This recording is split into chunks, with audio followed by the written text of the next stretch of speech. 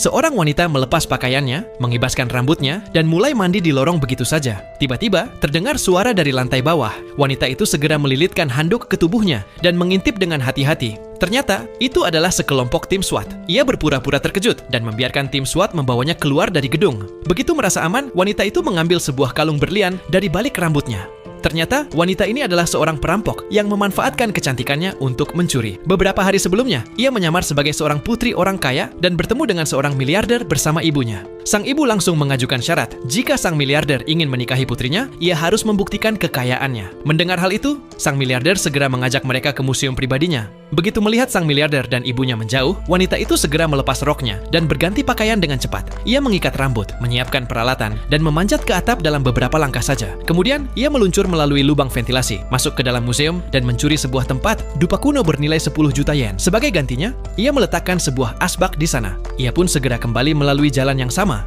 Saat sang miliarder dan ibunya kembali, mereka melihat wanita itu sedang memakai sepatunya. Wanita itu segera berpura-pura sakit perut untuk mengelabui sang miliarder. Saat itu, alarm berbunyi. Sang miliarder tertahan, sementara si wanita segera menutup resleting pakaiannya dan bersiap pergi.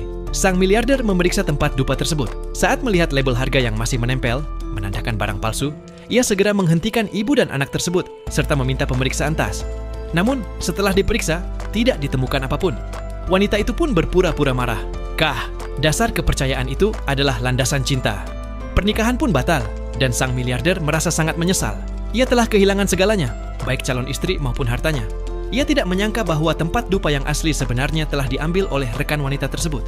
Aksi penipuan yang luar biasa ini pun berhasil. Ternyata, selain wanita dan ibunya, kelompok pencuri ini juga terdiri dari adik seorang teman dan kekasihnya yang bertugas sebagai otak intelektual. Mereka berempat membentuk tim perampok besar yang berfokus mencuri barang-barang berharga. Namun, belum sempat mereka merayakannya, polisi datang ke rumah mereka. Karena sang kekasih memiliki catatan kriminal, polisi langsung mencurigainya.